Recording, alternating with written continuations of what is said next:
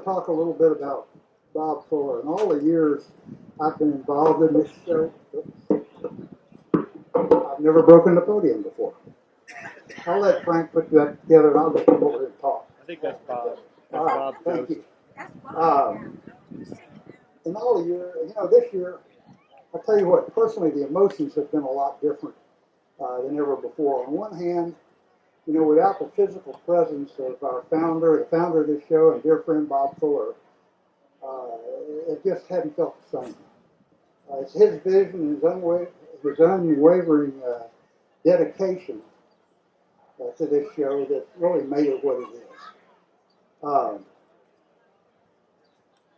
I kind of get choked up thinking about it. This show's always been very unusual. It's been a fine sort. He's made the show. He made the show what it is, and he's real quick to tell you that it's the largest event of this kind with boats and cars in the country. Bob's vision, included classic cars on this grass and under these 100-year oak trees. I mean, it's just incredible venue for a show like this.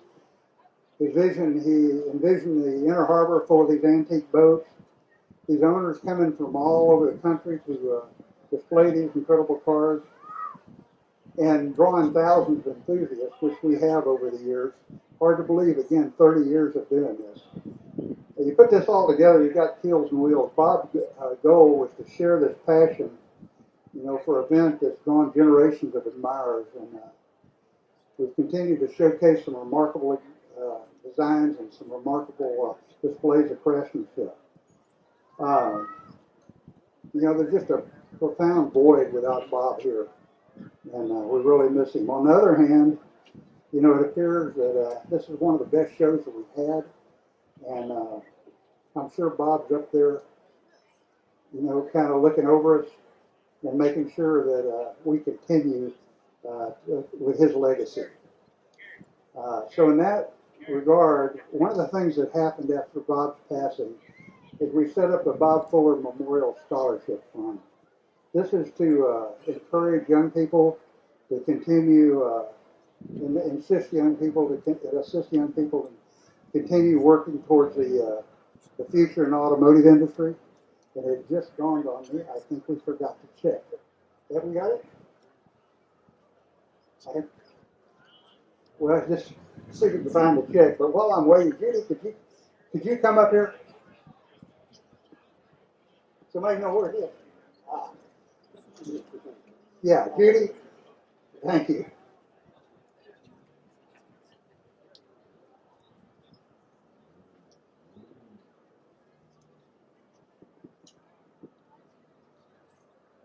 Thank you. Yeah. And I'd like to invite Oscar Case up here. Oscar, where are you? There he is. Come on up. I got to tell you, this young man, is Richard Levy here? It was Levy and Mike McGaw that have really spearheaded this foundation thing. And Oscar, when we sent him the email, advised him that he'd been the first one selected. I got a very nice email back from him almost immediately, and it was very well written. It was very appreciative, and it's kind of seeing how well he handled it and how fast he responded. It was gives you kind of faith in the future of our youth. So with that, Oscar, Judy, would you present Oscar with the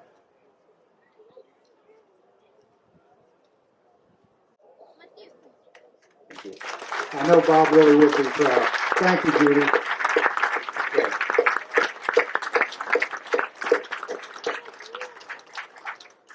And with that, we'll move on to what we're all here for. And I'm going to turn this over to Skip and my friend Frank here and let them do the job. Thank you, Tom. Thanks, Tom. I'd just like to take a moment to talk about my friend Bob. Bob Fuller I met over 20 years ago, I was judging and handing out awards at the Meadowbrook Concord Elegance, which at that time was rated one of the top three Concord Elegance in the world. And this really handsome, sober-haired man walked up to me and he said, "You're coming to Keels and Wheels next year." And I said, "What's a Keels and Wheels?"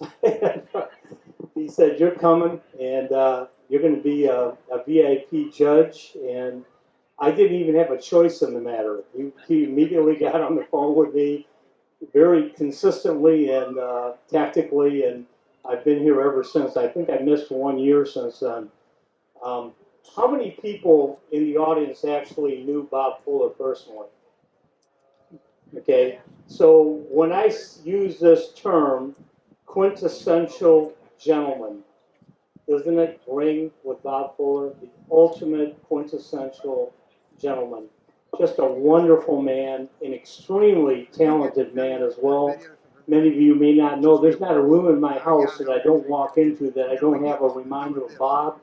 I have glasswork of a boat with the sunshine behind it that he did a glass piece for me. My hero was Da Vinci. He did a scrimshaw and a piece of marble. I have a painting and I have a CD of Bob's music. I mean, he's constantly, Judy, in my life. And behind every great man stands an even greater woman.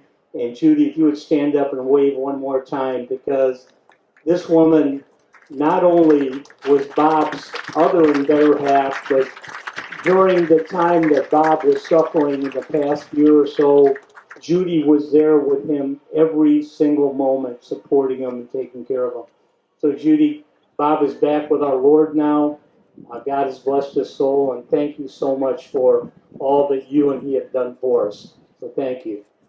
So with that, my good buddy Kip Wasenko here, who is the former head of design for Cadillac and also headed up all special vehicle designs for General Motors, a really talented guy, a great public speaker, a great car judge, and a good car racer as well. We are going to attempt to do this this year a little better than we did last year. We had some technical errors in terms of having the cars queued up in line with the awards that we're giving out. Unfortunately, we cannot have every single car come up here because we'd be here until tomorrow night. So we had to just kind of randomly select cars and then specifically pick some that we could talk about in terms of their design and engineering excellence.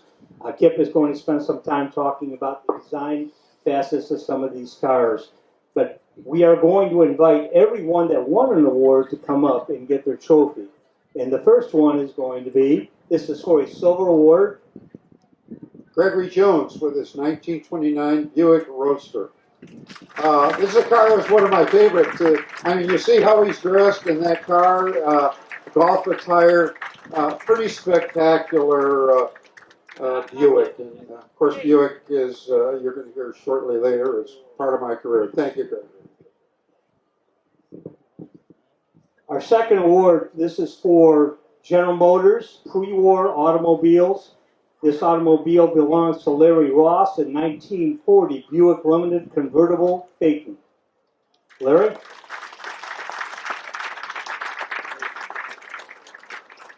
I don't know if Larry is here.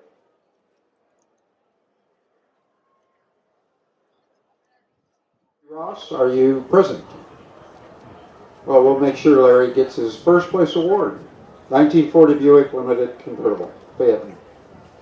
Okay, the next award, this is a silver award, and this award goes to Shane Fowler for his 1968 Shelby GT350. Aaron, why don't you come up and hand the award, assuming he is here. This is Aaron Shelby. I see somebody coming up. This is Carol Shelby's grandson. All right.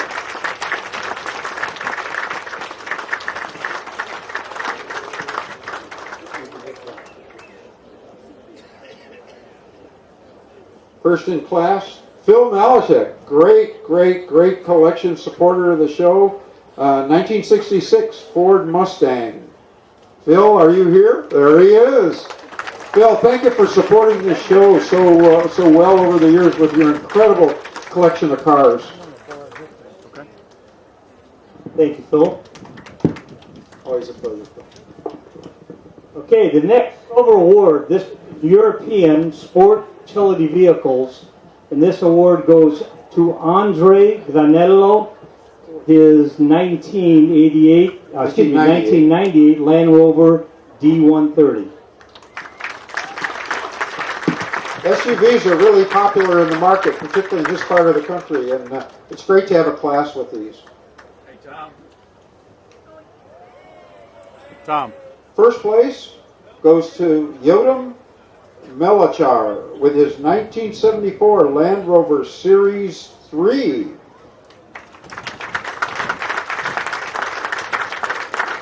First place award.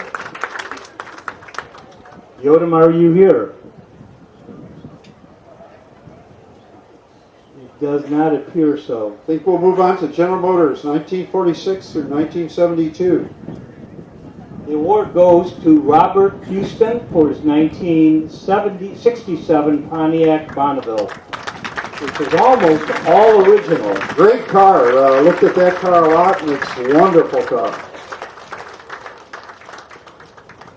I'm going to talk a little bit about Bill Mitchell, and that's one of his finest. Next car coming up is the first place winner, and it's a 1971 Buick Riviera.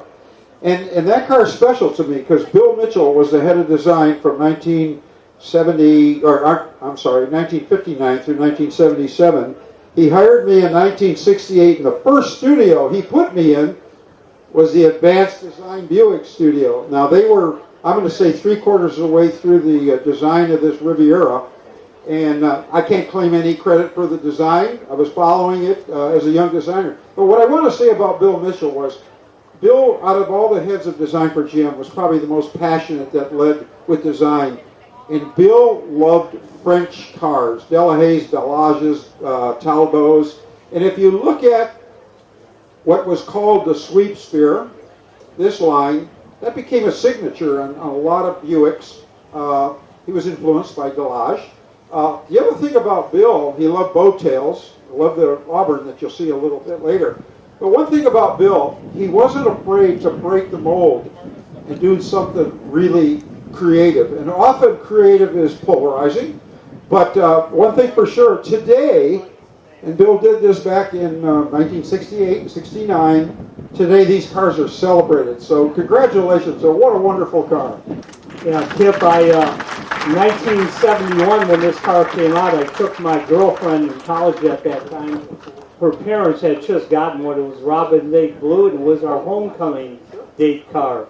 I always wanted one ever since. The beautiful, beautiful design, and very different if you think about the boxy designs of the cars in the early 70s. It really is flamboyant, like a lot of the French cars from the 30s that Bill admired. Okay, our next winner for a Corinthian Award goes to Kevin Brady for his 1953 Chevrolet Corvette. And this is a very significant award because the 1953 Corvette was the first year for the Corvette. It was the first real American sports car, and it was the first real American sports car that was also fiberglass body. Yeah, the fiberglass was interesting because you didn't have to worry about forming the sheet metal. Basically, fiberglass could be anything the mold allows it to be, so it was quite an undertaking for Chevrolet. Second place is a 1958 Chevrolet Corvette, Abdullah Al-Herbian. That's a Harley Earl design car from the old Motorama days, and that was, quite frankly, at the end of Harley's career as the head of GM Design. And a lot of people say it's his swan song, and I think as Corvettes go, it was his finest Corvette. And our Best of Show award winner for the Corvette C1. And just for identification, the various platforms that Corvettes were built on go all the way from C1, the original platforms, all the way to currently the C8. So on the C1 platform, Best of Show for that is Bill Moore's car.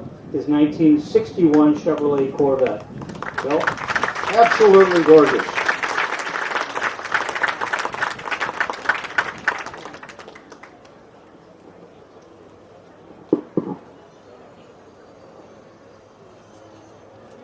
Congratulations, Bill.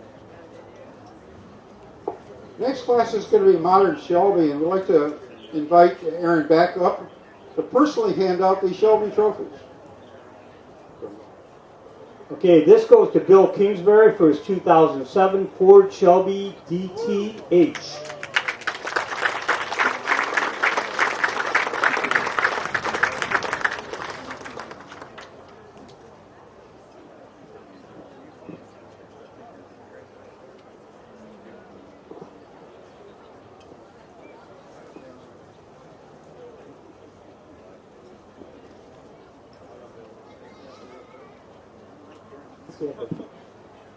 Best in class for the Shelby Awards is a 1999 Shelby Series 1 by Danny and Jeannie Earp. And what was interesting for me is I was the chief designer of one of the Oldsmobile studios at the time, and John Rock, who was the head of Oldsmobile division, he wanted to get in bed with Shelby. And this is a rare one when it was no longer Ford powered, it was Oldsmobile powered.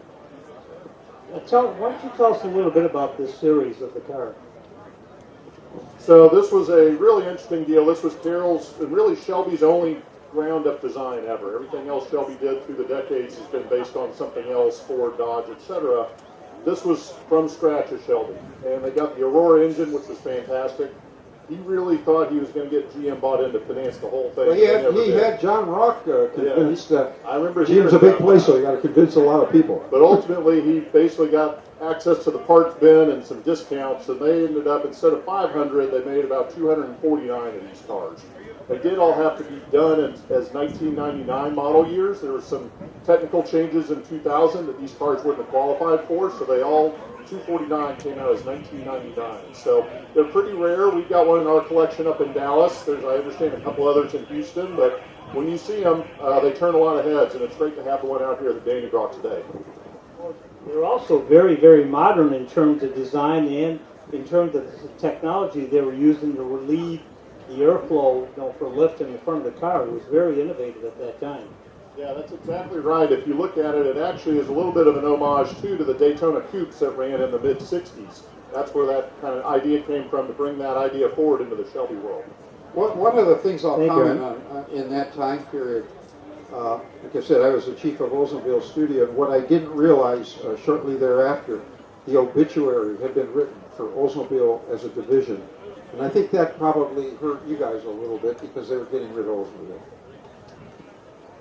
Okay, our next award, it's a Corinthian Award, goes to Phil Mulichek for his 1966 Shelby Cobra 427. You can hear that 427 running right now.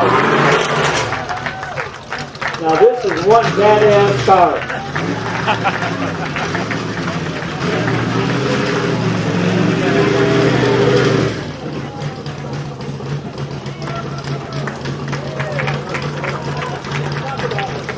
And this is something, there were not many of these top 427 Cobras made.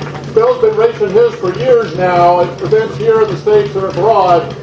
This is what he is known for, the racing history that we've got. So it's a spectacular car. Phil, really appreciate you bringing it out today, and hope everybody's been able to get a chance to enjoy it. Phil has an amazing collection. First time I met him here several years ago, he's been a hero of mine.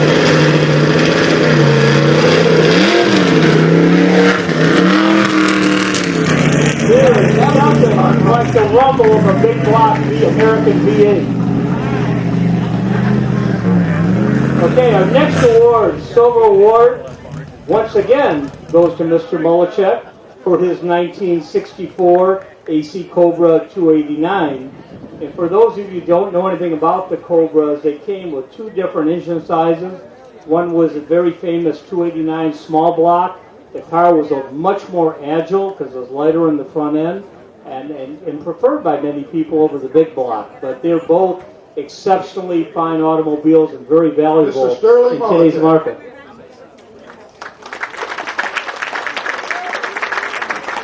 Best in class, 1966, Shelby Cobra 427 Competizioni, another Phil Millicek. He seems to There's have a trend here, isn't he there? seems to own the market on Cobras.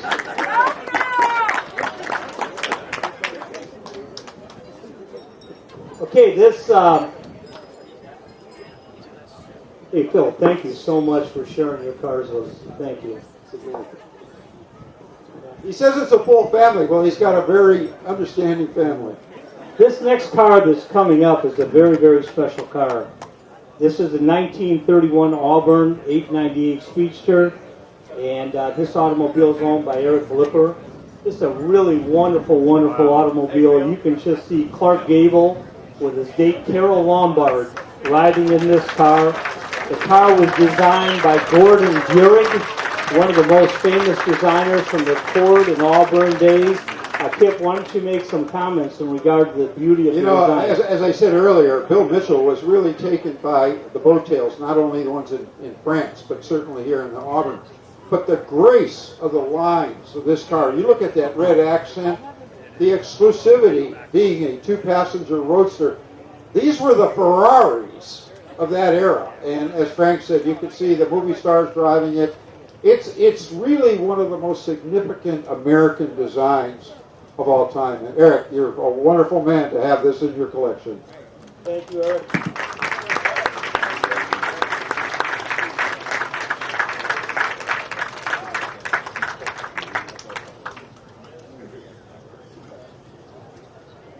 Go ahead. Okay, our next award, of course, this is to the ACD class. That's the Auburn Cord Duesenberg class. This award goes to the Gilmore Museum. The handler is Jacob Fuller for this absolutely stunning 1931 Duesenberg Model J Murphy Beverly Berlin. Is this thing phenomenal or what? You know, that's where the term came. It's a doozy. And really, from a design standpoint, this is the epitome of American luxury in this period. And of course, the Gilmore Museum. Frank and I are good friends with Bill Parfit, one of the main founders of it. If you're ever in Michigan, and it's towards the west side of the state, sort of halfway between Kalamazoo and Grand Rapids, you've got to see the Gilmore Museum. It is spectacular. To restore this automobile, just to restore the chrome and the nickel plating alone, would cost close to $75,000 to $100,000 today. Spectacular piece of craftsmanship. This, the proportion of this car, if you look at the center of the axle, back to the cowl, right at the base of the windshield, that long distance was a symbol of all the real exclusive cars, not only here in America with Duesenbergs and Auburns, but with Delahaye's, Delages, Talbots, and Bugattis. Spectacular. Thank you for bringing the car.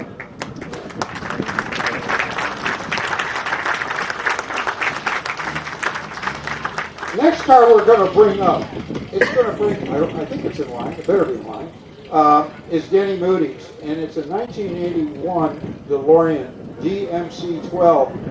And most of the young people who weren't around when this was being designed, they know it for one reason. The car from Back to the Future. And quite frankly, it was. It was very futuristic at the time. The gull-wing doors, pretty spectacular. You know, supercars today, mid-engine are pretty common, but this was one of the very first production mid-engine cars. So, you know, this car was designed by the very famous designer Giorgetto Giugiaro, who was responsible for the Maserati Ghibli. I mean, it goes on and on. I think Kip would agree that Giugiaro was noted to be one of the finest, and still today, even in his late 80s. Well, he certainly was. He was at peak when I was finishing up design school, and Giugiaro was the hot guy. I mean, coming out of Italy, he was the guy for styling. He led the trends. But a lot of these wedgie designs were really initiated from Giugiaro. You know, this car, when you look at it, this is a really tremendous technology for the time. It's skinned in stainless steel, brushed stainless steel. It's over a composite structure. It was very, very innovative for that time. The handling dynamics were fantastic, 50-50 weight distribution on the car. Unfortunately, DeLorean just screwed up and started selling dope. But He had the wrong it partners. could have evolved into something really Too terrific. many bad partners. Yeah. Thank you for bringing your car. Spectacular. Always a proud cruiser, these for sure. Okay, our next car for Silver Award goes to Hunter Larson for his 1974 Di Tommaso Pantera. This was a partnership between Ghia, what they call the Carrozzeria in Italy, Coachworks, and Ford Motor Company. This is an Italian-bodied car that ran a Ford 351 Cleveland block engine in it. Fantastic piece of equipment, great sports car, beautiful, designed by the wonderful designer Tom Jarda. Congratulations. Our next car up is kind of a favorite of mine. It's first place, Eric Lippert, in the transatlantic sports cars. And again, back to when I started at GM in '69, one of the first cars I got a chance to take home as a young designer was an Opel GT. Now, Chuck Jordan was the head of design at Opel at the time, and you can really see the influence of the 68 through 72 Corvette, but he was working at Opel. I judged this car at Amelia. It is a 100-point car, and the care that Eric took in restoring this is phenomenal. I've never seen an Opel GT this good. This is pretty spectacular, and it's a warm spot in my career and my time at GM. I mean, this design is very, very cool. Thank you very much. Okay, our next car coming up for a Corinthian Award belongs to Arturo Fuentes. This is for his 2020 Lamborghini Sian. Now imagine this car is 6 years old, and in the design world, Kip, 6-year-old cars start looking old. This car does not look old. Check this one video. thing about Lamborghini, every brand has to have its own signature style, and Lamborghinis are always way out there, outrageous. You expect them to be, and this car is just mind-boggling. This looks like out of a game, and here it is driving up here. I mean, it's just spectacular. Mr. Fuentes has a nice collection of supercars. He had them here last year. But this one here, this blue, looks like our friend Grady Owens is driving this thing. Grady, they trust you with this car? You know, Grady, there must be a lot of advantages to being on the board of Keels and Wheels. I mean, you look at the styling in this thing, there's nothing held back. You know, I mean, these cars are what Bill Mitchell did in his era. There was nothing off the table. The more exotic, the more radical, the better. Thank you. Grady, I envy you driving this rocket ship. You know, Kip, what's amazing about these hypercars is in the past, when you had a really high-performance car, they were almost not drivable on the street. And here you have cars that are sub 2.5-second cars, 0 to 60, capable of well over 200 miles an hour, and you can just drive them in a traffic jam. They run perfectly. They don't overheat. Just fantastic automobiles. And you're the envy of every kid on the block, believe me. Next car in the hyperclass is another Arturo Fuentes car, a 2017 P1 BPS McLaren. Very, very cool. And this is for a Silver Award. Obviously, Grady can't be up here accepting all three of the trophies. He convinced Mr. Fuentes, Frank and I wouldn't be able to drive it up here. So, first in class in the hyper class, again, Mr. Fuentes. And unfortunately, we wanted to bring this up, but you know, this is a hypercar that was done in 2004, Ferrari Enzo, and I think for my taste, it's one of the best Ferraris ever done. But it doesn't have the electronics to raise it up, and I think Brandon was a little afraid to drive it up, and he can drive it. Thank you, Brandon. You know, while we have Brandon up here, you know, throughout the course of the year, this guy is really responsible for putting together this entire judging process. Kip and I get to come up here and really talk it through, but during the course of the year, this gentleman does all the work. Yeah, I appreciate it, and it's good to see all the young folks out here, and that's part of the reason why we added this hypercar class. Well, Arturo, he's a big proponent in the history of automobiles, but he's also an advocate for the advancement of automobiles. And so this best represents in this class where we see automobiles heading into the future. And obviously the young kids enjoy this as well. Moving on to the sport utility vehicle class, we have Mark Hefter in a 1970 Toyota FJ40 Land Cruiser. You know, it's interesting, these shows are all evolving as the different collectors are embracing and collecting different kinds of vehicles.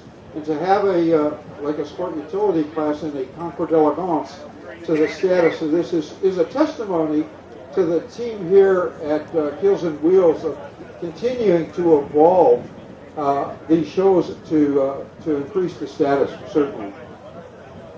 Okay, and for our best to show in the sport utility class goes to Stephen Crumpley with his 1970 Ford Bronco. Stephen?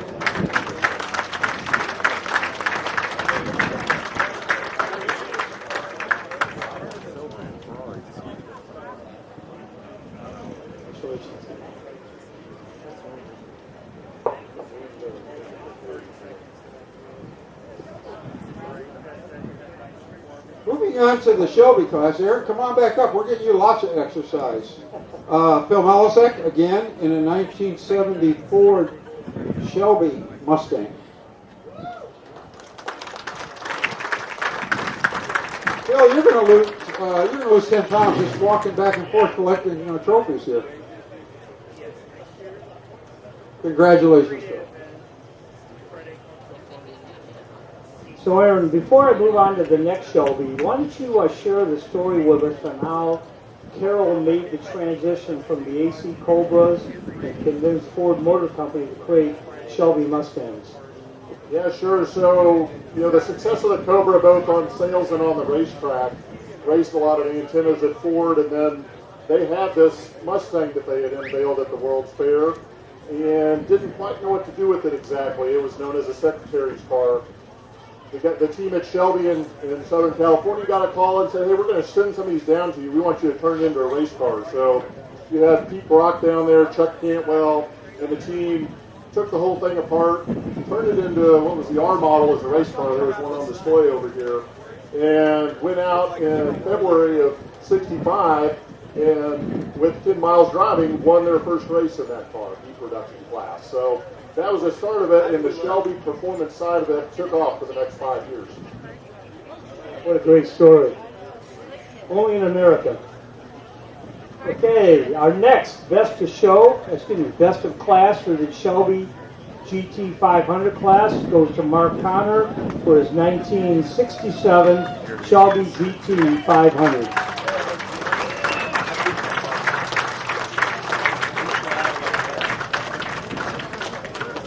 This is American performance at its best, I'll tell you. The combination of Ford working with Shelby, these cars have incredibly appreciated for the the styling is fantastic. Aaron, why don't you spend a minute talking about the differences between the GT 350 and the 500, the engine displacement and performance? Yeah, so you have both the GT 350 came out in 65. That iteration continued into the 67, 68, and 69 cars, was the smaller 289 motors primarily. And then you had the GT 500, which was the larger motor in comparison, a little faster, more drag-oriented, quite frankly, from 67. And that was the difference in the two. If you look at them today, everybody knows the GT 500. It's really the iconic, particularly the 67, the Eleanor cars, etc. were done like that. But this is what Shelby's known for, and this is one of the iconic cars in addition to the 427 SCs. Thank you, Aaron. Thank you very much for sharing your car. Congratulations. Moving on to the Rolls-Royce. Can anybody hear me? We're moving on to the Rolls-Royce Bentley category. Winner is Joe Cantori in the 1961 Bentley S2 Continental Drophead, meaning convertible. Coach work by Mullen and Park Ward. Joseph Cantori, you must be here to collect your award. Joseph? Well, evidently not. Okay, our best of class winner goes to Fred Cornwall for his 1926 Rolls-Royce Phantom. That car should be coming up. There it is. What a car. These Rolls Royces are just amazing. You know, you think about this period of time, whether you're in Europe or England or here in the United States, this was the symbol of true achievement for sure. Just look at the size of the headlights and the grille. I love it as an open car. You know, it allows everybody to see you.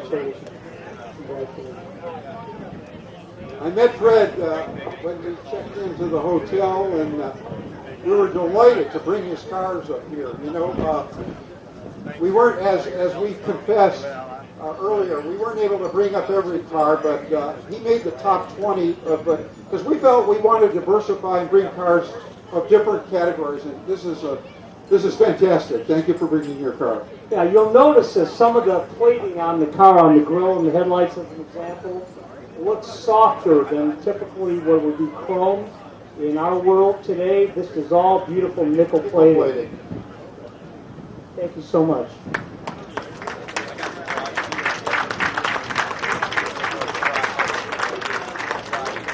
Next car I would like to bring up is AJ Kadami? Yep. Kadami in his 1973 Porsche Carrera RS27. And this is in European sports car class. I mean, you know, Porsche has really stuck to their guns on their styling signature, and when you compare them model to model, they are evolved, but they're unmistakably a Porsche, and I think Porsche people like that, and that's what we call styling brand character, instantly identifiable. Nobody criticizing these from looking like somebody else's car. Great cars to drive. Thank you for bringing it. Terrific car. Our next winner for the Silver Award in European Sports Car goes to Val Herrera for his 1971 Alfa Romeo Montreal.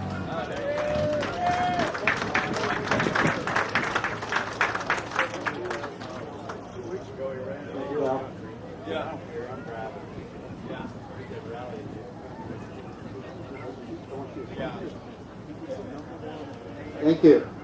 Now the winner in the European sports class is owned by our friend Peter Boyle. Peter's not here. It's a 1959 Oscar Maserati. But I'm going to have Frank talk about this. Frank knows more about technology than our engineers that I've known throughout my career.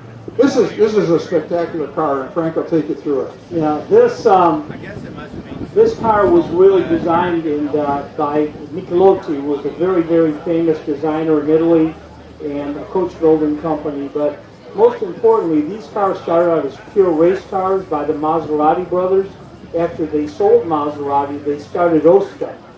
And the car is just a beautifully engineered automobile. It has an 1100 Fiat engine with a dual overhead, camshaft cylinder head, and the set of Webers in it. The engine, I wish I could show it to you, is literally a piece of artwork. The styling was really, Kip, I think you'll agree, was really spectacular for the 50s, and just a beautifully, beautifully engineered automobile. You'll thank Peter and thank you all for sharing this automobile with us. You look at the car as a gesture, but even details, if you just, before it takes off, take a look at the little repeater light right at the top of the fender, right by the door cut. The attention to design detail, and I think Frank pointed it out, the pagoda-style roof that everybody associates with Mercedes, I think maybe they got a little influence from this car, but from a pure Italian design thing, this is just spectacular. The thing that's really spectacular about the craftsmanship, cars typically, the body panels are all stamped by big machines. All of these body panels were formed over what they call the manichino, or mannequin. They were wood bucks, and they hand-hammered all the body panels over those wood bucks to form the panels. So everything was totally done by hand. Thank you so much. Send our best to Peter. Next class is Ferrari, and of course, Frank's a Ferrari enthusiast like I am. We both think we know a little bit about them, but we own them and enjoy them. Denny Moody in his 1991 Ferrari Testarossa. Well, that was a tough class. The Ferrari judges know a lot about Ferraris, and that was a tough choice for everybody there.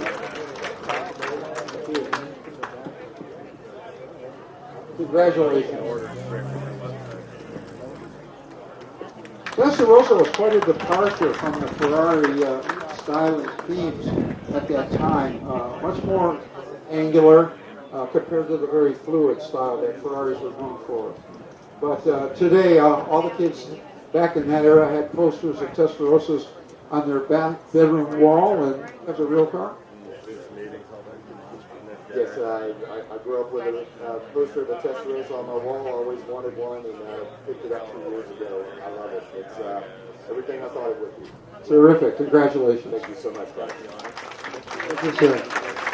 Okay, our best of class winner in the Ferrari category goes to John Hodges for his 1960 Ferrari 250 GT. This car was designed and built at Pininfarina in Italy, in Torino, Italy, and it's coming up right now. This car is a cabriolet. It has a removable hardtop. He is showing it with a removable hardtop. It is a spectacular piece of automotive craftsmanship with a front engine V12 with 3 sets of 2-barrel Weber carburetors.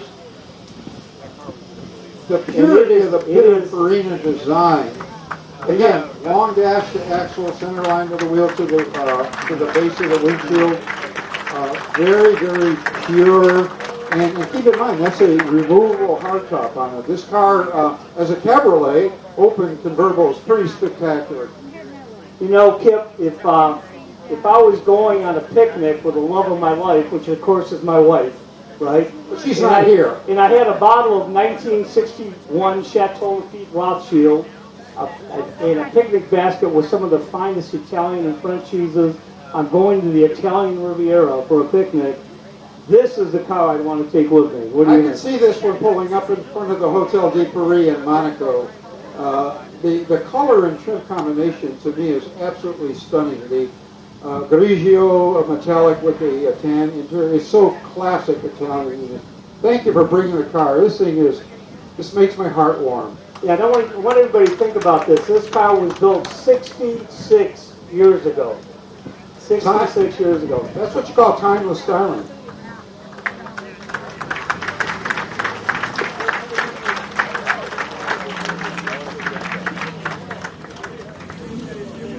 Next category is the Packard post-war, and we have a 1949 Packard custom-made owned by Stephen Morris.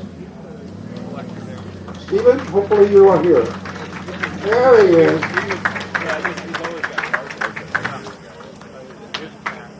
I remember these, but I was a very small child when these were out. Maybe 2. Congratulations.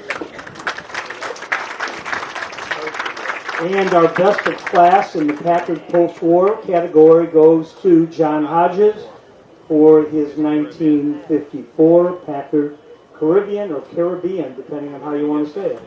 You know, even though it's called the Caribbean, I could picture his car pulling up in front of the Fontainebleau in Miami in its then heyday in the 50s. Spectacular car. Really American design at its best, at what I'll call mid-century modern after the war. Our next category is called Resto Mod. You know, Kip, I think it might not be a bad idea to describe what Resto Mod is and how it compares and how it's different from just customized. Resto Mod in the collector car world today is probably the hottest category. And what a Resto Mod is, they take the styling of the original car and try not to alter it. They alter everything else. They often change the frame. They certainly change the chassis and brakes.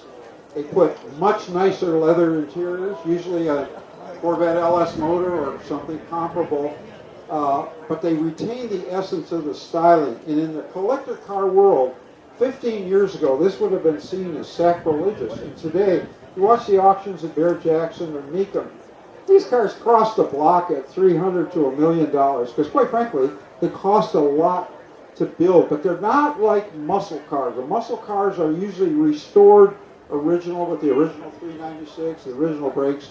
This is a different category. So if you think of it as a high-performance custom car that retains the styling theme of the original, that's what a resto mod is. Well, the most important part is it syncs up with Apple Play, right?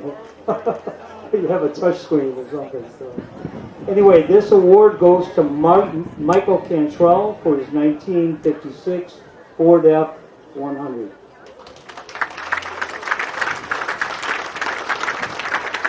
I found it very interesting in the last year or so. Resto mods were primarily Corvettes and muscle cars converted, but now the truck scene, and this is a great example of the way the resto mod category is expanding beyond Corvettes and muscle cars. The winner of the resto mod class goes to Corey Gurin in his Chevrolet Corvette, and this car is a true example of a resto mod. I mean, it's my understanding. I thought we were bringing this car up. Are we not? I can hear it. Hopefully it's coming up. This one is a classic example of a resto mod. The chassis is not a Corvette chassis. It's all new, billet, custom made for a Corvette wheelbase. The suspension is completely different with coilover shocks. I think it has a big LS Corvette, side mounts, high hood, big wheels and tires. Corvette resto mods are kind of the holy grail. You know, that's what they're really at. And this is a very stunning example. You can hear that 600 horsepower motor underneath. You can tell the crowd loves resto mods, and again, that's really one of the most popular collectible markets in the last, say, 3 or 4 years. You know, the reason people do it is they don't want to see themselves coming around the corner. Yeah. Right? Well, they have an opportunity to drive something that's modern in every way. In terms of driving, not only modern, but better. As I mentioned, the suspension, the brakes, the power, everything's better about a resto mod. That's why usually they're 300,000 plus. All right, still in the pickup truck category from 1950s and prior, the silver award goes to Rick and Ruth Neisel for the 1957 Chevy Task Force 3800. Very, very cool. Again, I think that's one of the cool things about Keels and Wheels. You know, maybe it's Texas, but you don't see many Concours d'Elegance where they're celebrating trucks, and this show does. And the popularity of trucks, of course, are very, very significant. Our best of class winner is Danny Andres for his 1946 Hudson pickup, which is coming around right now. Just a beautiful pickup truck. You know, what's interesting about this Hudson, you know, I think it's one of the first ones that created a pickup truck with the front part of it, much like an El Camino had the front part of a production Chevy. This Hudson in color and trim combination is just spectacular. I didn't even think about that. I just learned something from you. Yeah, I mean, you know, usually it's called a truck, and it certainly is a truck, but it still has the elegance of the Hudson Motor Car Company in the front end styling anyway, but the function in the back. Hey, you're welcome. Thank you for sharing it with us. Thank you. Two-tone paints were big back then too, and they're making kind of a comeback. You see a lot of the cars today, a lot of times in SUVs, the light color, white tops, or in this case cream, is a popular two-tone option. In the motorcycle category, which is something I love, I've owned over 125 of them in my life and raced them. This goes to Brian Fuller for his 2006, believe it or not, Fuller Righteous Fueler. Brian? Brian is here. I hope it's the same famous Brian Fuller that we see on television. And a lot of the motorsports shows on television. He's a legend on TV. I know I saw him at the welcome party here. So I'm assuming it's the same Brian Fuller. But maybe not. Moving to the supercar class, and again, that's young people today. Every show that has a supercar class, they have crowds of people around there. Goes to George Young with his 2013 Lamborghini Aventador. And again, as I talked about Lamborghinis earlier, Lambo's design philosophy is do it wild. They don't try to look like a Ferrari. They look like a Lambo. They're extreme, and you can't miss them. Thank you for bringing the car. That thing is pretty spectacular. Okay, in the supercar category, our winner is John Conley with a very unusual car, something that's really close to my heart, the 2026 BAC Mono. The Mono standing for this is a single-person automobile that's, for all intents and purposes, this is a race car with turn signals. You know, when I was a kid, this is something you wanted. You wanted a car that almost was like a Formula One or an Indy car, open wheel type race car with all the technology involved in a full blown open wheel race car. The suspension technology is fantastic. It's all carbon fiber. The power unit is. It started out at 2.3 liter Ford Duratec. It's poured out to 2.5. All Ford's internals and making about 315 horsepower, but the car only weighs about 1,250 pounds. It means it's an absolute. The total weight of the car is what? 1,250. So think about the weight and horsepower ratio. 350 to 400 horsepower. I think you're maybe even underestimating a little bit. I've had that engine in different cars. And 1,250 pounds. 0 to 60 times are probably around 2 seconds. It's traction limited based on how much you have, but it's going to be in the low 2 second or low to mid 2 second ranges. And you're mated with a Hewlin sequential gearbox. It's straight off the shelf Formula 3 gearbox. And this car has the same weight, same horsepower, wheelbase, and dimensions as an actual Formula 3 car. So it's literally a Formula 3 car with license plates and runs about 180 with its current gearing on it. And is this you can built register for the street? Can you register it for the street? Is this registered for the street? Yes, it's 100% street legal. Wow. One of the things about Frank talked a lot about they both talked a lot about the technology. But it's interesting on this car is not only a technological wonder, it's styled. It's beautiful. The proportions, the attention to detail. This wasn't just function. This was style and function. The graphics, the flow. It is spectacular. I can't imagine driving this on the freeway, but as a race car driver, and Frank's one too, I'd love to drive this on the track. These are very limited production, are they not? Yes, they have about 200 worldwide, a little over 200 worldwide, and only about 50 in the United States. And this is the first generation of the latest generation. It's a 2026 model. So it has all the features, all the comforts that you normally expect from a car, like full 4-position ABS, all stability control. It has data logging, telemetry, and those are the latest advancements on the 26 model. Final question, price. Your basic, it's in the GT3 RS price range. It all depends on how you design the car. Whatever you tell them, they'll say yes.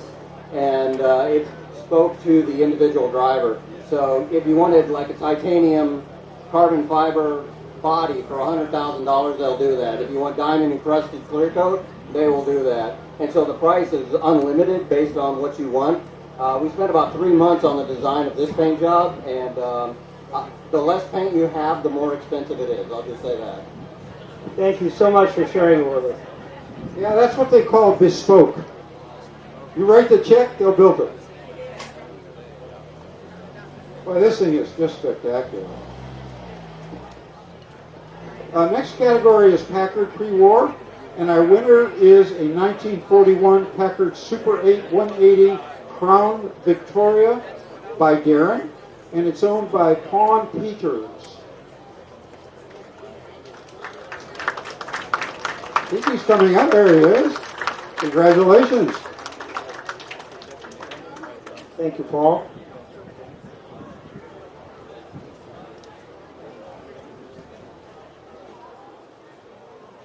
And the winner in the Packard pre-war class is Eric Lipper in his 1938 Packard Sedan DeVille.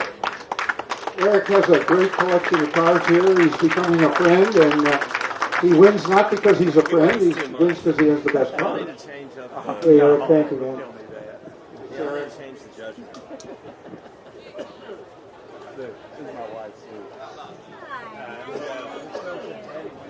Next category is called Mopar Muscle, and being a Detroit, whoops. We can drink a lot of beer tonight, honey. That's Or okay. did I? Or did I? Tommy, y'all need to change the classes. Daddy wins too much. You know what? We're on the same page.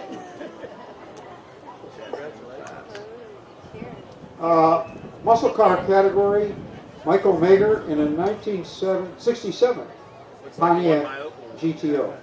Little GTO.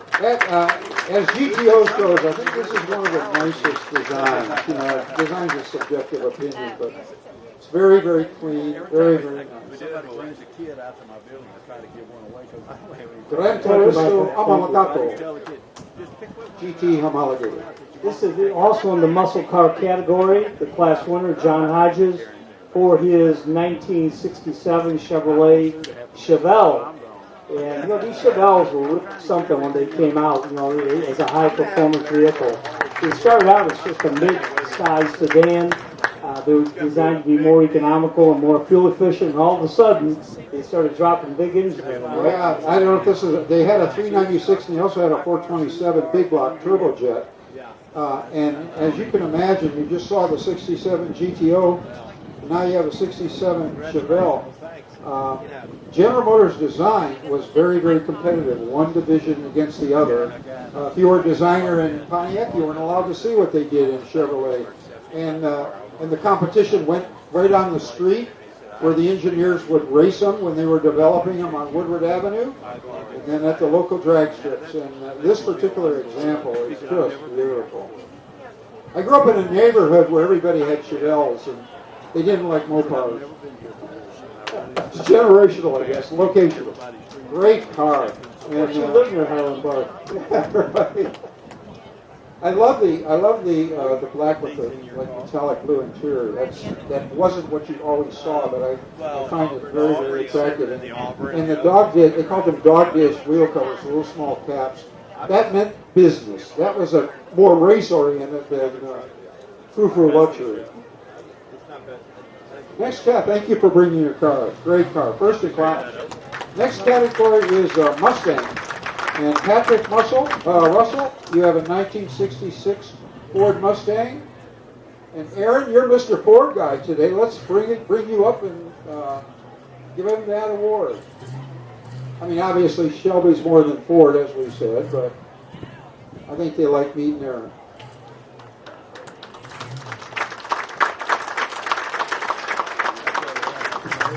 Congratulations. Our class winner in the Mustang category goes to Timothy Paulson for his 1969 Ford Mustang Mach 1. And by the way, this was my car in 1969. I owned 9 different cars my 16th year of life. About 11 my following year of life, I finally worked my way up to be able to buy the Shelby version of the 1969 Mustang Mach 1. Thank you for sharing your car with me. Congratulations. Now we're on Mopar. Mopar Muscle, 1970 Dodge Super Bee by David Floyd. All right. There he is, Mopar Man. Big competition between Mopars and Chevelles and GTOs. They all hated each other.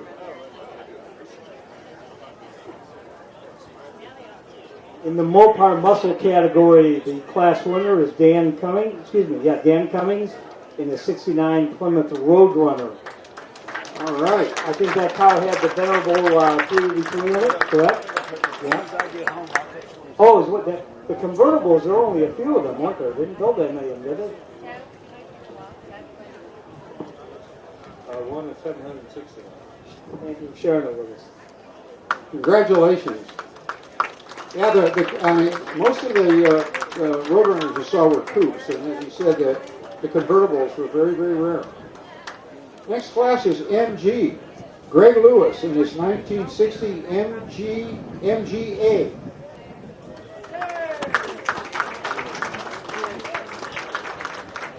True sports cars, back in that era, sporty cars, After the war, the sports car category really hit because a lot of the soldiers came back home and you saw these Triumphs and Austin Healey's in Europe and MGs, and all of a sudden they wanted to bring that here. And that was a category that became very popular after the war here. Okay, again in the MG category, our best of class winner is David Lawrence in his 1959 MG MGA twin cam. So it's essentially the same car. It has a dual overhead cam cylinder head on it, much better performance, and these cars are really popular in SCCA racing, Kip. So again, David Lawrence. You are the first place winner. Nice trophy. David Lawrence. Okay, I guess we'll move on, but we'll make sure he gets the award. Next category is Lincoln. Of course, that's one of the most premier brands before the war, and it goes to William Sheward with his 1934 Lincoln KA model 524.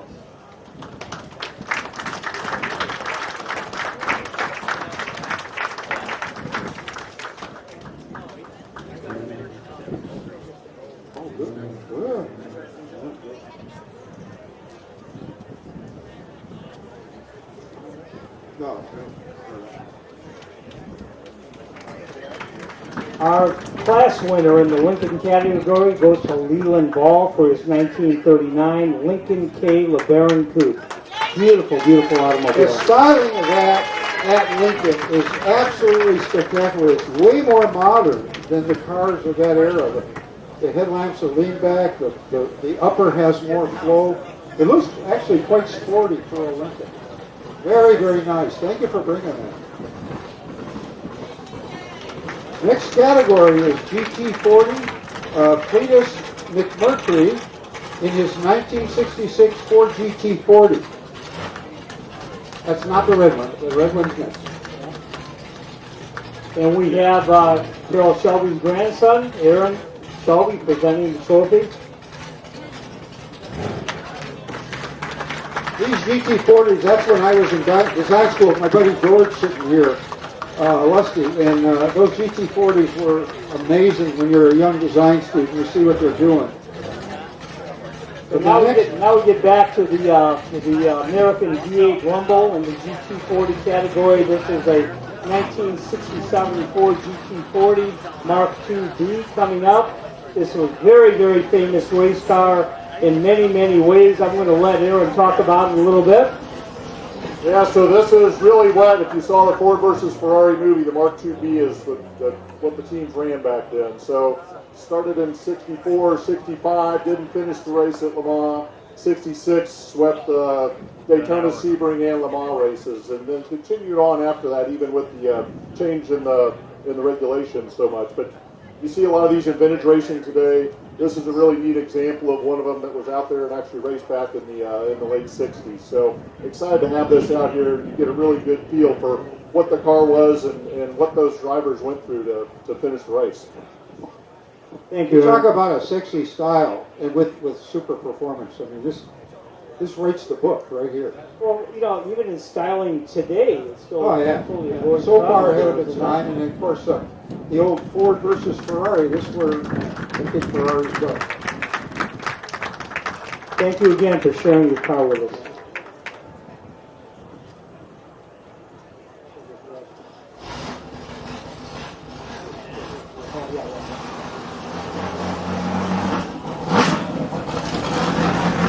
All I could say is, wow. Moving on to the Jaguar class, and boy, this was a tough class. We had some very, very knowledgeable Jaguar judges in this class, and by God, they looked very closely. So Chris Chandler, 1960 Jaguar Mark IX. To survive those judges, That's something.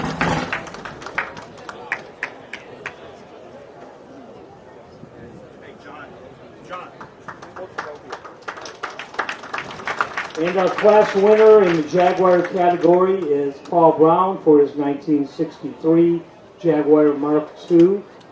And while Paul is walking up, Kip is absolutely right. In order for this gentleman to receive this trophy, you almost have to go through a proctology exam with your car. I mean, these Jaguar judges pick apart every single little thing. The hose clamp screws, the stickers on the coil. I mean, they pick apart every single little detail. So for these two gentlemen to win awards with their cars is really saying something. Yeah, even though this is Concord Delegance, the judging team on that, like Frank said, they're used to doing the mark judging, so they're very, very critical, but knowledgeable of those hose clamps and screws and stuff. So congratulations to both of you. You survived. Hot rods, street rods, and customs. John Hodges again. He's got a great collection of cars. A 1959 Chevrolet Apache. And again, you know, the popularity of pickup trucks, not just here in Texas, but across the United States, and now they're being hot rodded and resto modded, is pretty significant.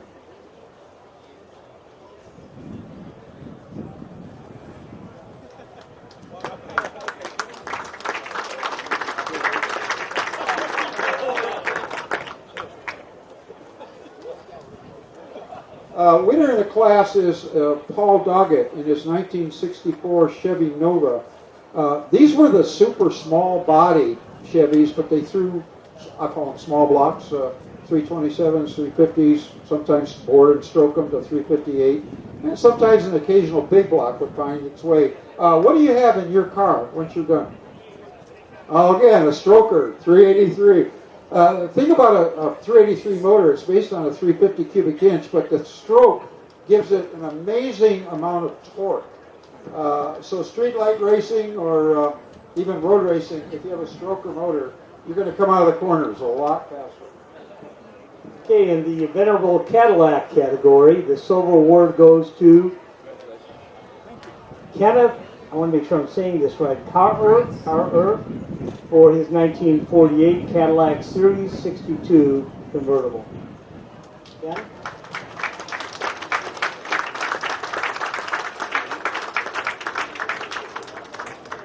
I was hoping he was here. Our best in class, and I hope it comes up because I have a few words I'd like to share with you about it. It's John Sweeney in his 1949 Cadillac Series 61 Club Coupe. That was best in class. And I know I saw it here before, assuming it was, oh, they're saying, no, it's not coming up. Well, that's a disappointment because if you get a chance to see this car, it's a, he is walking up. Supposed to be driving up. I can't talk about design looking at his body. He's flying in, he's making a landing. Anyway, if you get a chance to see the car, I'm going to talk a little bit about what...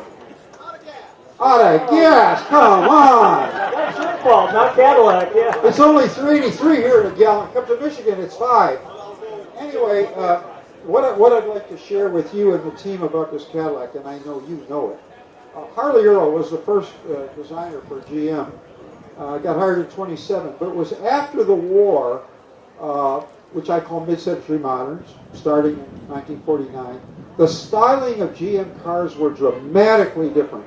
Not the big fat fenders. Fenders are now integrated. The very popular thin tail lamps come straight off a P38 Lightning Link. So Harley was hugely influenced by the aircraft. And when you went to a Motorama show that he had at the Waldorf Astoria, where he showed all his used cars, they look completely different than any pre-war. This was one of my favorite because I ultimately became director of design for Cadillac. But the fastback styling, the fins, amazing. And some of the concept cars were started with 1, 2, 3, and they look like airplanes with wheels. But I'm sorry that you ran out of gas. It's right there. Okay, we'll wander back there after the show. You got to check it out. It's a really, to me, in the Harley Earl era of design, it is, in my opinion, one of Harley and his team's best pre-war or after-war, mid-century models. Send your handler. Okay. All right, thank you. Our next winner in the silver category for the preservation post-war category goes to Dan Banks for his 1964 Pontiac GTO convertible. It's a fantastic car. I had the same car, Dan. 289 5-power 4-speed, right? The GTO, I like to say that GTO is one of the first muscle cars, and it certainly at General Motors is. John DeLorean was the head of Pontiac.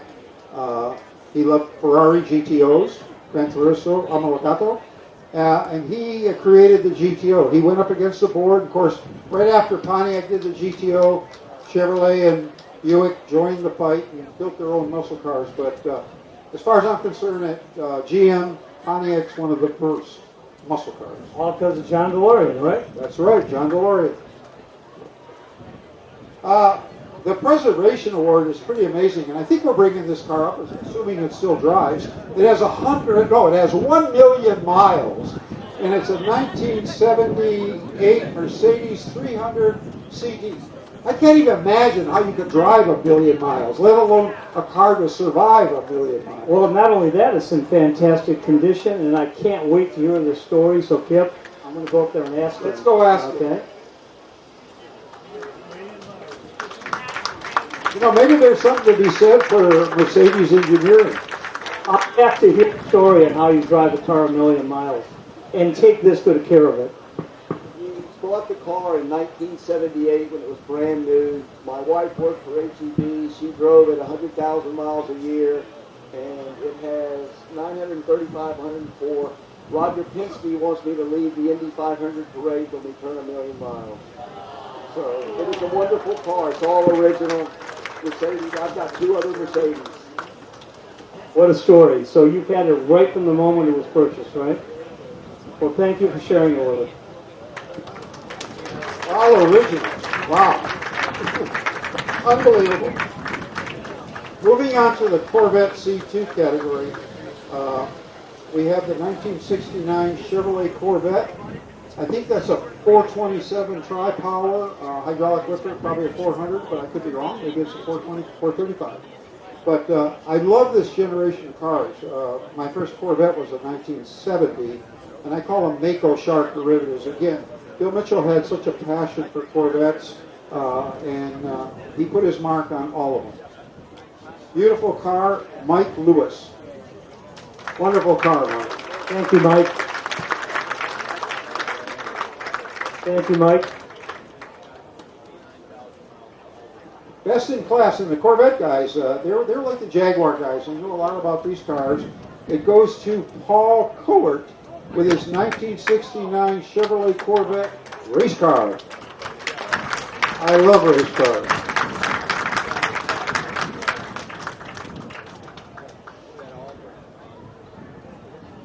You know, so while they're doing the photographs, Kip, so this is the C2. So let's just talk a little bit about the C1 through C8 Corvette.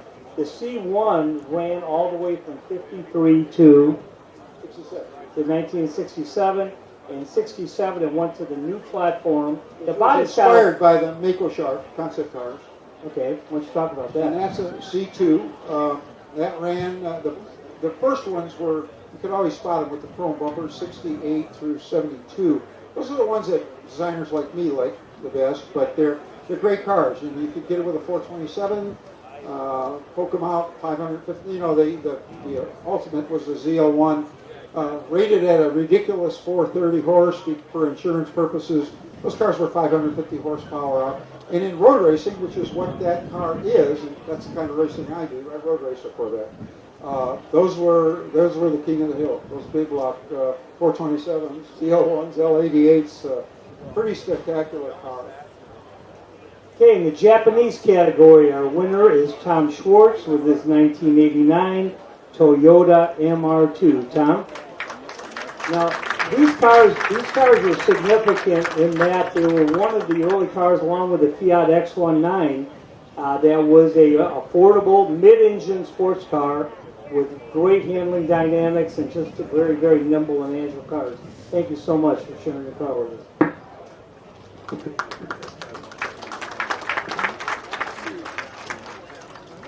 Moving on to antique, 1900 through 1919. Evelyn Timmons, Scripps Booth, C. Roadster, 1915. Congratulations, Evelyn. Now, Evelyn, you have a lot of cars here, right? You have a huge collection of cars here. Yes, I do. 8. Scripps Booth, you just mentioned. A 1914,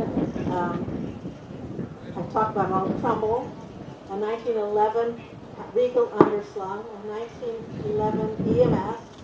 A 1907 Carter car. And a 1920 Packard. So how did you come about collecting these cars? Well, I really don't know. My husband and I were married for a long time, and all of a sudden the kids were gone, and he wanted a hobby, and we went to Auburn, Indiana, and we bought an Auburn. And next year he went back and bought me an Auburn, and he just got it from then on. And it's been 29 years I've spent here. He's been gone for 10, but we did to all of them except mine. You're a great wife. Congratulations. Best in class of the antique is Morris Gillow in his 1911 Ford Model T. And one of the things I found very, very impressive about this, I'm told, he did all the restoration himself. Yep. I mean, what an amazing, amazing car. And this is considered a brass era car, quite obviously, as you see it come around the corner here. You see all the polished brass on it. And just think of the craftsmanship that was involved in doing all of that. Okay, I need to hear the story on how you did the restoration on this car all by yourself. I was mentored by a gentleman that was 82 years old from the time I was 14, and he had me do about 15 cars for him. And I acquired this one out of a barn in Rockford, Illinois in 1995. It was in buckets and pieces, and it took about 9,000 hours we gave up keeping track of, but everything was done by me. That's really impressive because, you know, congratulations. I was so impressed when I heard he did all the work himself. And look at this color. At first I saw it, I thought it was black, and in this light it's actually a dark navy blue. Spectacular design.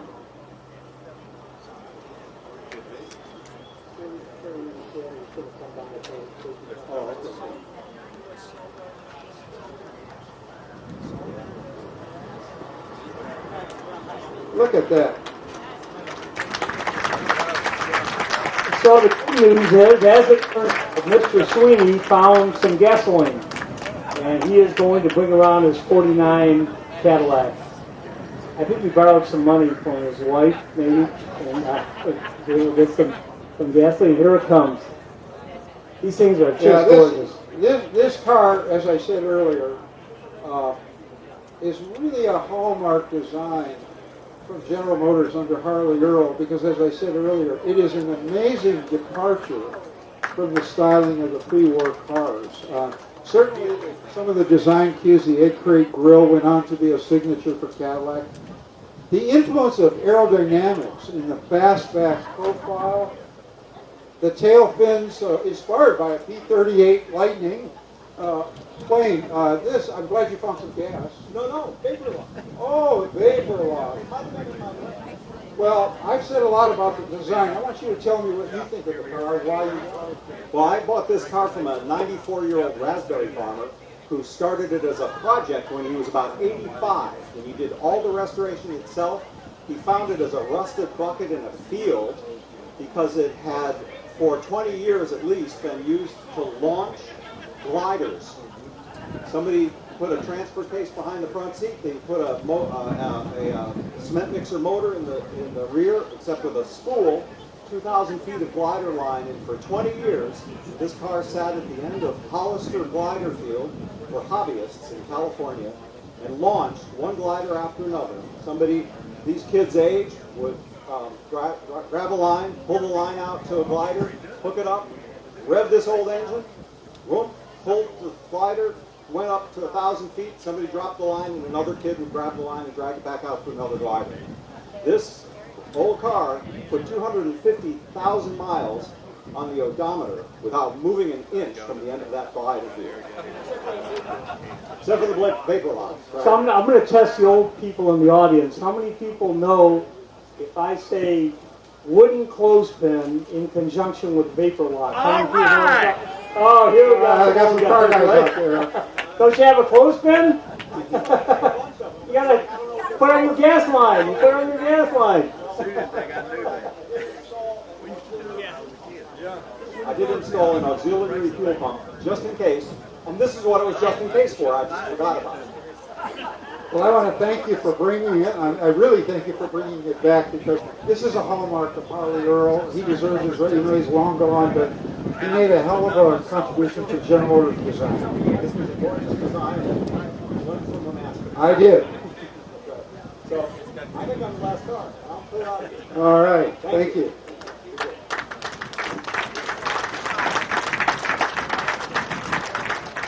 Okay, now we're moving into the European post-war 1946 through 1972 category. Our silver award winner is Vince Barnell with his 1955 Austin Healey Cent, a 100-4.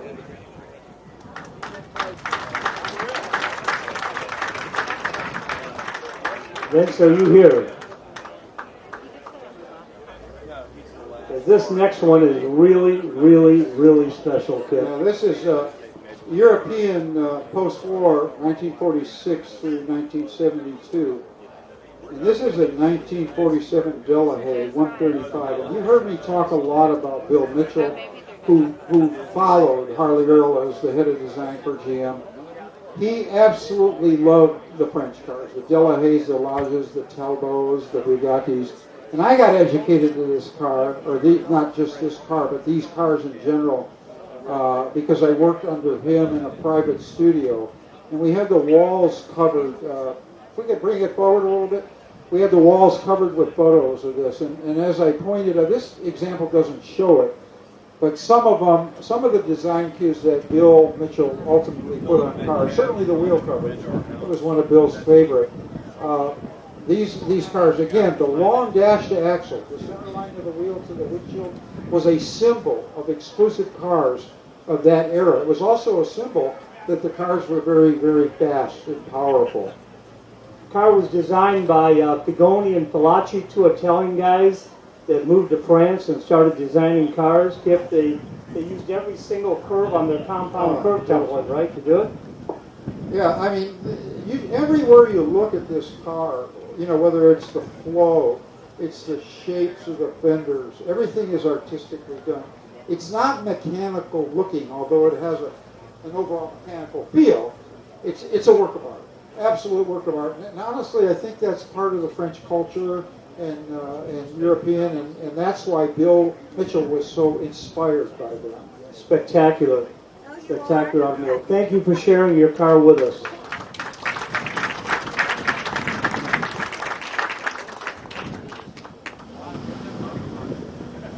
Moving on to American pre-war, 1920 through 1945, we have Richard Tomlinson in his 1927 Ford Model T.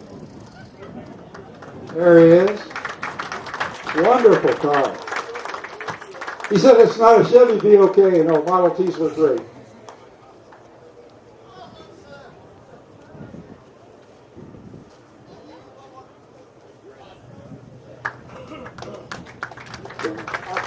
Our class winner in American pre-war, 1920 to 1945, goes to Jim Bartlett for his 1925 Locomobile Sportif. Jim?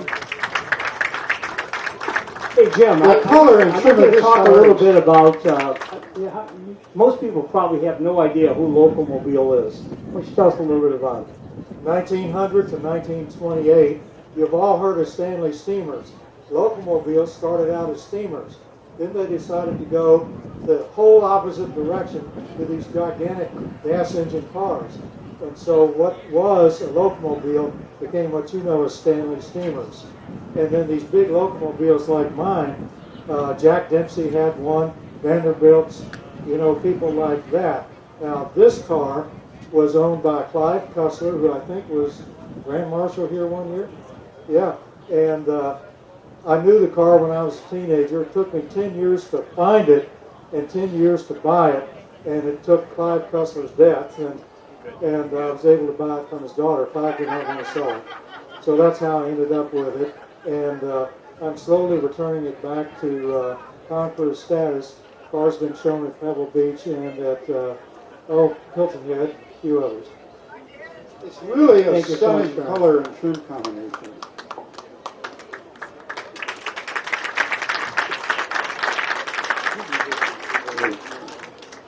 Okay, our silver winner in the American post-war 1946 to 1972 goes to a 1964 Studebaker Hawk GT that's owned by Bill Minter. Bill, are you here? So, Bill Warner, the chairman of the Concord Elegance and Amelia Island, and I drove a Studebaker Golden Hawk in the Mille Miglia in Italy about 5-6 years ago, and we had a wonderful time there, and we finished the whole 1,000 miles with that Studebaker. In Italy, they call this Bacca. Best of show in the American post-war 1946 and 1972 goes to a 1961 Chevrolet Impala, Carlos Lopez.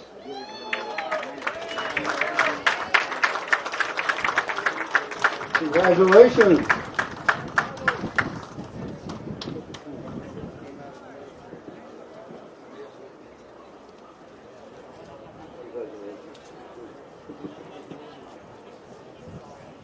All right.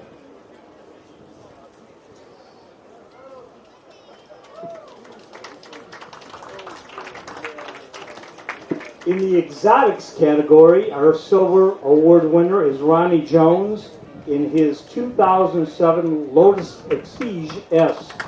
These are really cool, fast little cars. They're almost track ready, aren't they?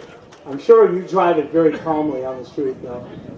I'm sure you... He says he does his best. That means he's being modest. He's probably a terrific driver. I have a little sign for it that says that this car is driven insanely, reported as stolen. That's what they say, drive it like you stole it. First place in the category goes to Richard Cook in his 2018 Aston Martin Vanquish Zagato. Aston Martins are always a favorite of mine. They retain the face of an Aston Martin. You can always sell them. And it seems to me that the designers at Aston, they have one thing in mind. It has to be beautiful. And it's hard to find an Aston, for me anyway, that isn't beautiful. Well, I see he's a Ferrari enthusiast as well. Sorry. I love Ferrari, good news. Okay, thank you so much for sharing your view. But by the way, that's a Zagato bodied car. Right, and that makes it, Aston Martins are special in and of themselves, but Zagato, another coach works at Osteria in Italy, they rebody these cars and they really spiff them up. It's hard to spiff up an Aston Martin, but they manage to do it. Yeah, it is. It's 89 of 99. 12 came to America, 3 came with a Villa Dust interior. And my first supercar was a 03 Aston. So I'm going back to my roots. Thank you again. Congratulations. Okay, now we're going to get to some really cool stuff here. So this is the Haggerty Youth Judging Group. And you know, it's interesting how Haggerty has these in a lot of the shows. You know, there's always this hand wringing about what happens when some of us that are no longer kids leave. And the third place goes to Ronnie Jones in his Lotus Exige. And it's interesting to me because the youth shows you the types of cars they think are cool. We're going to let this young man tell us how he and his cohorts went through the process. elements. We went through different elements with the how it looks, the paint, the lighting, a ton more. But he knows more because his dad was helping with that.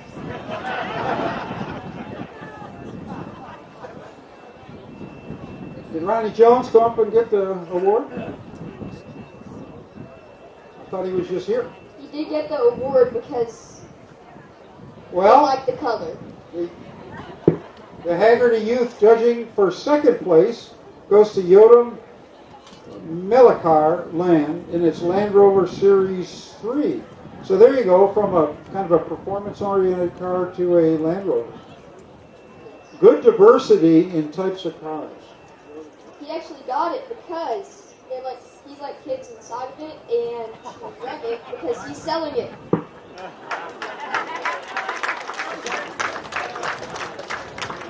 Well, first place in the Haggerty Youth judging, Greg Hopkins with the Delahaye, which is right over here. That's pretty amazing. I mean, the young judges have incredibly diverse taste, and they're hitting all the boxes. So they're really kind of cool. I don't know how that one got one.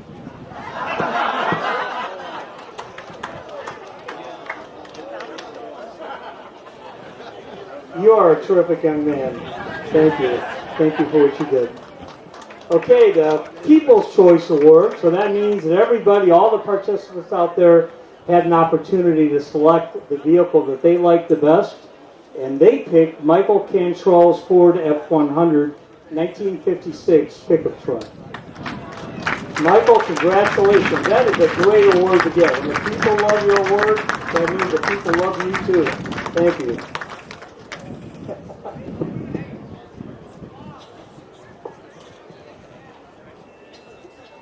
And if I could ask the mayor of Nassau Bay to come back up, please. Mayor of Nassau Bay. Is he here? It looks like Tom is standing in for him.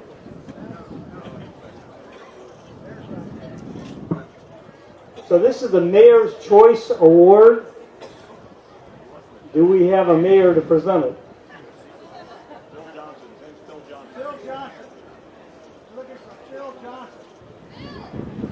Anyway, while we're waiting for the mayor, the winner is Eric Lipper for his Auburn 898A Speedster that came up earlier.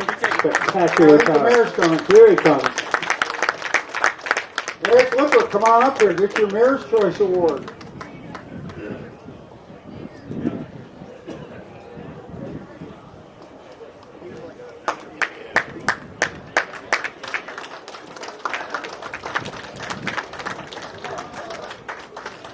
Eric, don't go anywhere. Stay up there too, okay?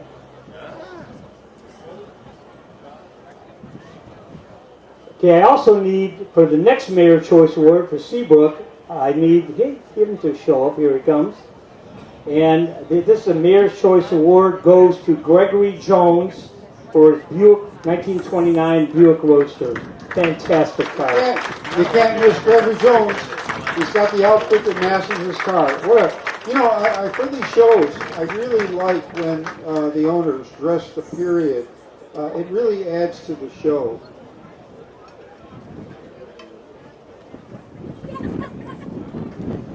Gregory, congratulations.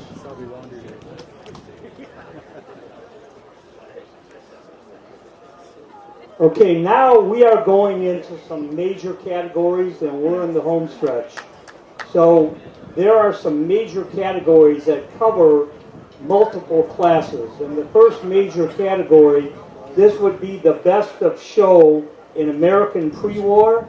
And I'd like to have Eric Lipper to come back up again, because Eric, you are receiving that once again for your Auburn 898 Speedster. This was a multiple.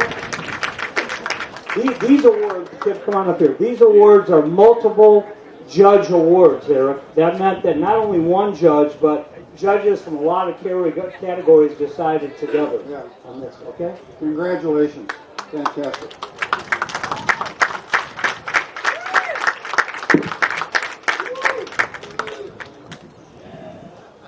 right. Best of show, American post-war. I hope he has enough gas in that car. Again, And a clothespin. John Sweeney, post-war, 1949 Cadillac Series 1 Club Coupe that we talked about. And maybe he's out there buying more gas. John, you better come up here because this is an incredibly significant award. That's Best of Show, American Post-War. John Sweeney, come on up. We'll find him eventually.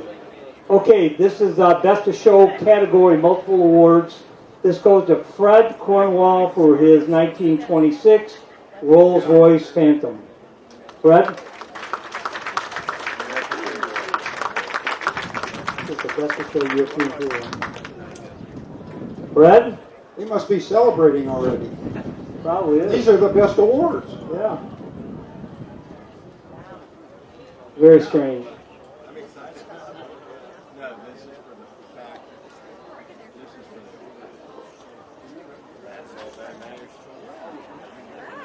Best of Show for European post-war goes to Peter Boyle and his Asta Maserati, 1959. That was the one Frank took us through a good review on. Are the handlers for that car here? Peter Boyle's handlers. I guess we kept everything so secret they didn't realize they were winning Best of Show. Okay, Best of Show for the hypercar category goes once again to Arturo Fuentes, and I think Grady is taking care of that. Grady Owens. Grady Owens, come on up.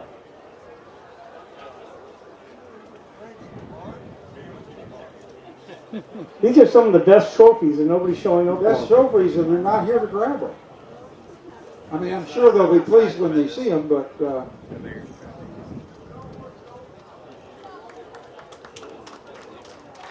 Best of Show, Shelby, Bill Malasek again, in his Mustang 1966. Bill, come on back up, wherever you're at. I know you're here. There he is. Oh, look at, there's Sweeney. Come on.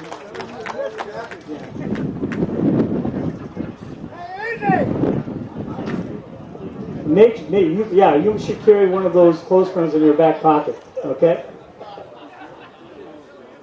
All right, this is the moment that we've all been waiting for. Let's let Sweeney get his picture. Best of Show American Post-War. Again, goes to John Sweeney. 1949 Cadillac, 61 Club Coupe. You got to get this wonderful trophy.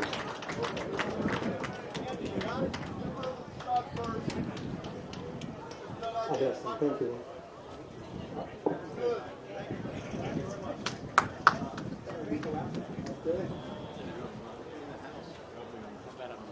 Okay, so we have three very, very significant awards here. But before we get to the two overall winners of the show, we want to acknowledge Evelyn Timmons and her husband Tom. Hey, Evelyn, could you come back up, please? Wherever you are. There she is. So Evelyn, you have won the Collector of the Year award. This is a big award. You know, so it's our pleasure. Great smile. This is presented by Uzi. You know, and behind every great show, there's a great team of people, and this is one of them as well. This is the gentleman that makes sure that all the cars are lined up and queued up properly. You did it flawlessly this time. Thank you, Uzi. Thank you so much. Okay, this is the moment we're all waiting for. Best of Show. The top two cars. Tom Collier, come up, please. Judy Fuller, please come up.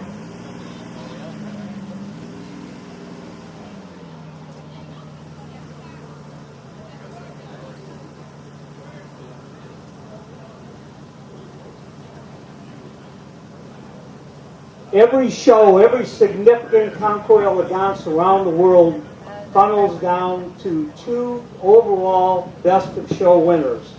The first of which is we call it the Chairman's Award, but it's really the Concours d'Elegance Esprit de Sport. And that goes to a sporty car. It could go to a race car. And our winner is the 1960 Ferrari 250 Cabriolet right here. There's your winner.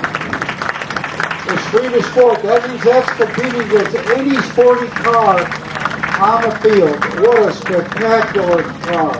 And the second most significant, these are equally a significant award. This is the Concours d'Elegance Award for the most elegant automobile in the show overall. This is presented by Bob Fuller's lovely wife, Judy Fuller. This is the Concours d'Elegance Award, and it goes to the Jacob Fuller Duesenberg that came from the Gilmore Museum in Michigan. Judy? Thank you.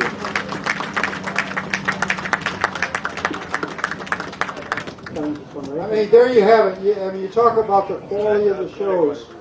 To have these two fine automobiles be the winners of the show, I know.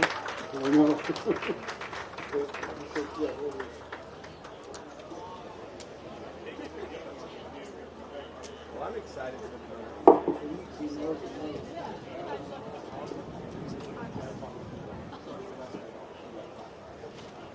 You might want to come out of the car and stand in front of them up here so we get a photo opportunity. You got 3 more. Can you bring this one up? Mike, can you bring this one up so it's more noticeable?